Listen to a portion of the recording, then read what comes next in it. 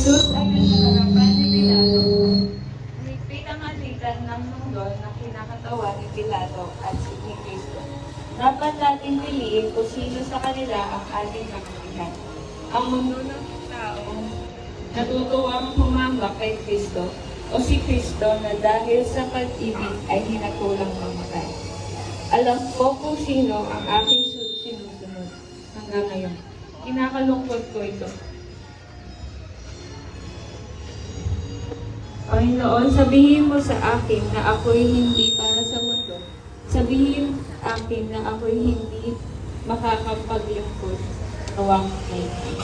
Sinasamba at pinasasalamatan ka namin, Panginoong Jesucristo, sapagkat sa pamamagitan ng iyong mahal na krus ay niligtas mo ang sanlibutan.